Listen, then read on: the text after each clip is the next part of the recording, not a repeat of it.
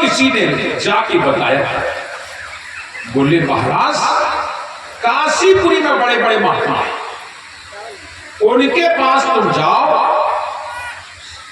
कोई अगर महात्मा आपको आशीर्वाद दे देगा तो निश्चित आप ठीक हो। अब वो जलन की बीमारी से परेशान मुसलमान आदमी वो कभी हिंदू के आगे झुक नहीं सकता। हमेशा याद रखें, मुसलमान हिंदू के आगे नहीं झुक सकता। वो सर कटा सकता है लेकिन झुकना उसे पसंद नहीं। आज जो भी आप घटनाएं देख रहे हो, क्या देख रहे हो? ये ऐसी घटनाएं हैं, इनको इस्लाम के प्रति ऐसा ज्ञान दिया जाता है कि तुम अगर मर जाओगे तो तुम्हें जन्नत मिलेगी, तुम किसी हिंदू को अगर मार दोगे तो तुम्हें जन्नत मिलेगी। ये जो मदरसे हैं, इनके मदरसों में यही शिक्षा दी जाती है, इसीलिए मदरसे ये अलग रखते हैं और मदरसों में केवल मुसलमान ही पढ़ने जाता है, मदरसों में हिंदू नहीं पढ़ने जाता है। और मदरसों में ये शिक्षा देते हैं ये काफिर हैं, इनके पास बैठना नहीं चाहिए, इनकी बात नहीं सुननी चाहिए। आप लोग खोल के देखिए, पढ़िए। वैसे तो हमों को नहीं पता था, लेकिन अब हम धीरे धीरे जैसे जैसे लोगों की बातें सुनते हैं, कुछ पढ़ने का भी अवसर मिलता है, तब देखते हैं। डॉक्टर भीमराव अंबेडकर ने भी इस बात को लिखा है कि मुसलमान कभी अपना नहीं होगा, याद रखना तुम्हारे पास बैठ करके, और एक समय ऐसा आएगा कि तुम्हारा इज्जत काट देगा, तुम्हारा इज्जत काट देगा। ये डॉक्टर अंबेडकर ने पुस्तक में लिखा है, बहुत सुंदर ढंग से लिखा है। उन्होंने बताया इस्लाम धर्म कभी तुम्हारा नहीं हो सकेगा, इस्लाम धर्म के लोग तुम्हारे कभी नहीं हो सकते। और आप चाहे कितना भी मुसलमान को पाल लेना, लेकिन याद रख लेना अंत वो तुम्हारी गर्दन काट देगा।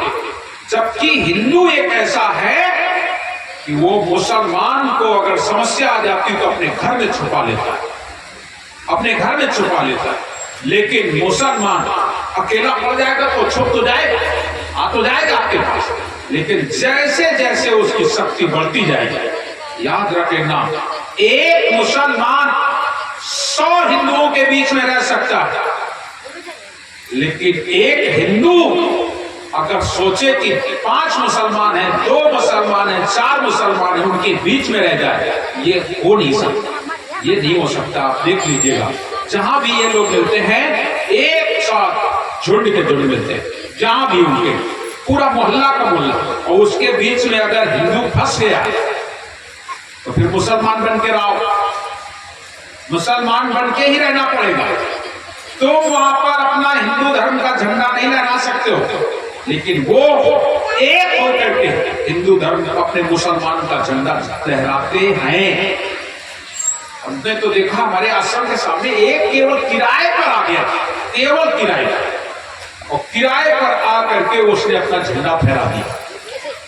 बड़े मुश्किलों से उसको वहां से घर खाली करा पाए, बड़ा मुश्किल में विवाद हुआ, तब उसको निकाला गया। मोहल्ले में एक आ गया था, केवल एक, और उसने एक ने आकर के ऐसा लोगों को बर्बाद किया, ऐसा बर्बाद किया।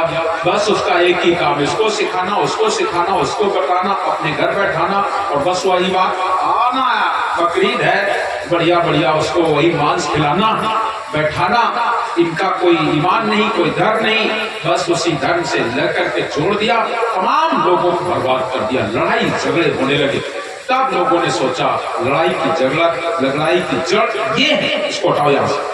तब बड़े मुश्किल से उसे हटाया गया। आज हमारा मोहल्ला फिर जैसे का तैसा साफ सुथरा, और नहीं तो जहां ये होंगे वहां चोरी होगी, बदमाशी होगी। हमेशा याद रखना, चूंकि अब इनके घरे का है 20 लड़का, 21 लड़का, 25 लड़का पैदा हुई, पर हमें की तो सामर्थ्य है नहीं, कूड़ा भी नहीं है, और कूड़ा भी नहीं है, साथ साथ कूड़ा भी नहीं है, साथ में तुम्हारी बाल्टी उठा लेगी। नाम तो लगा रहे हैं कि कूड़ा बिन रहे हैं, बाल्टी उठा ले जाएंगे, कहीं कुछ ले जाएंगे। हम नहीं जानते थे ये बातें, आप लोगों को जो आज बोल रहा हूं, ये बातें वास्तव में कानपुर कोर्ट में हम जब थे कचहरी में, वास्तव में जेल के अंदर आज भी हिंदुओं से ज्यादा मुसलमान कैदी बने। आज आप जाएंगे कचहरी में, तमाम मुसलमान वकील है और मुसलमान जितना भी है वो मुसलमान वकील ही करेगा, वो हिंदू वकील नहीं करेगा। वो हिंदुओं से अपना नहीं लड़वाएगा केस, बिल्कुल नहीं। एक हिंदू जाके मुसलमान के पास जाके अपना केस लड़ा ले, लेकिन एक मुसलमान हिंदुओं से केस नहीं लड़ाएगा। वो वकील करेगा तो मुसलमान ही करेगा। बड़ी ही समस्याओं के साथ ये लोग रहते हैं, बड़े होशियारी से। लेकिन याद रख लेना, कौरव 100 आए, पांडव 5 थे। हमेशा यह बात याद रखें, 5 सते पांडव, कौरव राय 100।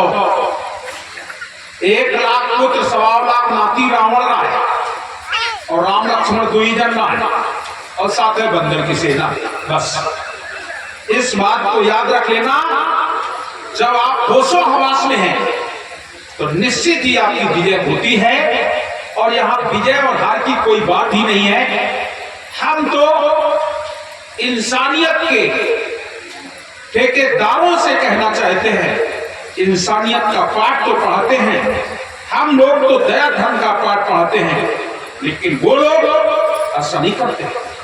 आप हमेशा याद रख लेना, मुसलमान का बच्चा, उसके शरीर में आप बम बांधिए और उससे कह दो जा करके फला जगह बम ब्लास्ट करना है और उसमें तुम मर जाओगे, लेकिन उनको सीख दी जाती है कि तुम्हें जन्नत मिलेगी, जन्नत। इसलिए खुशी खुशी चला जाता है, अपने शरीर में बम बांध करके और जा करके ब्लास्ट करता है, अपना शरीर का टुकड़ा टुकड़ा उड़ा देता है, केवल इसलिए मेरा इस्लाम खतरे में है, मेरा इस्लाम बना रहे, ऐसा मतलब विचार करके और करता है। सदगुरु कबीर साहब ने विरोध किया हिंदू और मुसलमान दोनों की तोड़ी भरम जजीर, ऐसा कहते साहब। लेकिन आज भी ये लोग उसी रास्ते पर फिर चल रहे हैं। जितना ही आतंकवाद आप लोग सुनते हो, ये लोग अपनी जान को हथेली पर रख करके आते हैं और मार दिया जाऊंगा, मार दिया जाऊंगा, मैं मार दिया जाऊंगा, मार दिया जाऊंगा, कोई चिंता नहीं, लेकिन हम 10 पांच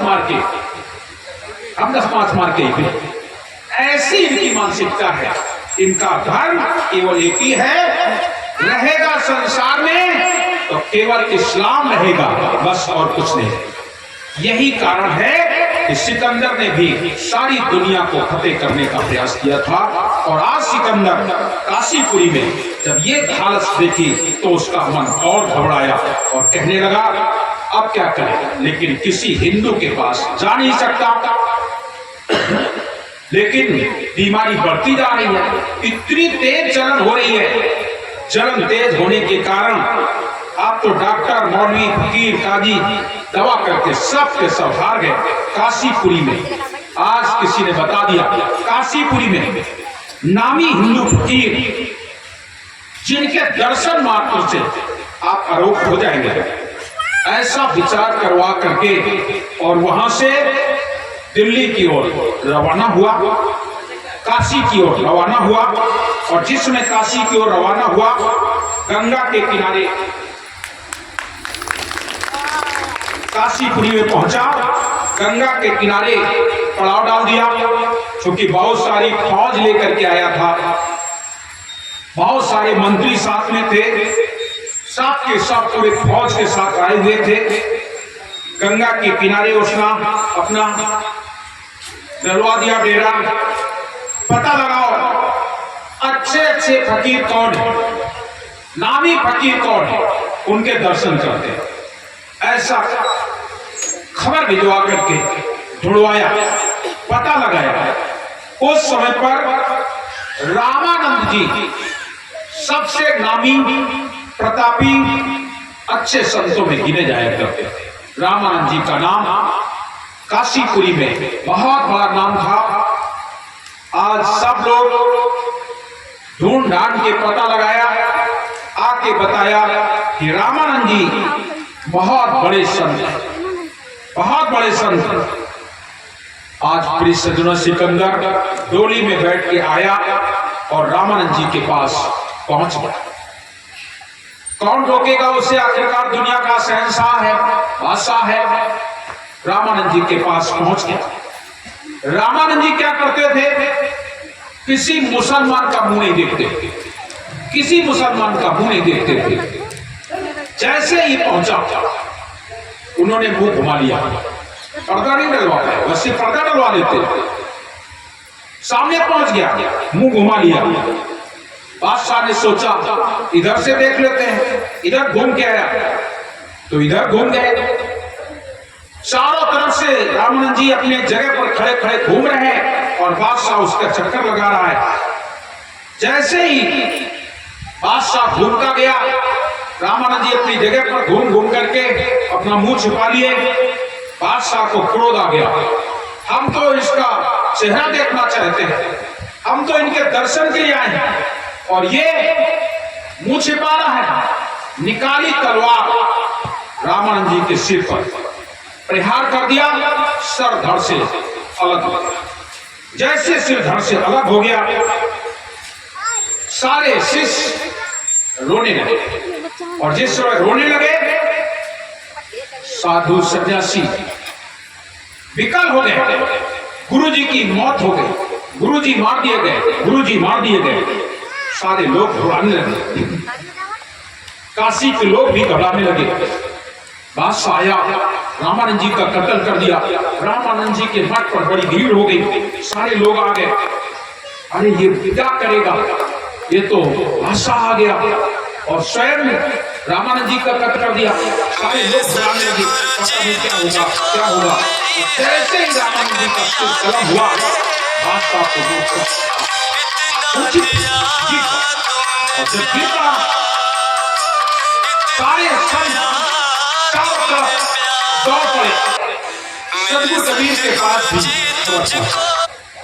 सदगुरु कबीर के पास खबर पहुंच गई, तुम यहां बैठे हो। बड़े ही आनंद से उधर गुरुजी का कत्ल हो गया, गुरुजी का कत्ल हो गया और तुम यहां आनंद से बैठे हो। सदगुरु कबीर मुस्कुरा के बोल पड़े, क्या बात करते हो, क्या बात करते हो? गुरुजी का कहीं कत्ल होता है, गुरु कहीं मरता है? ये आपका भ्रम है, ये आपका भ्रम है। गुरु कभी मरता नहीं है और सच में गुरु कभी मरता नहीं है। लेकिन आज हमारे आपके जैसे लोग बड़े ही सहज ढंग से कह देते हैं हमारे गुरुजी तो मर गए। याद रख लेना, गुरु कभी मरता नहीं है, कभी भी। गुरु अजर है, अमर है, अविनाशी है। गुरु की कभी मृत्यु नहीं होती।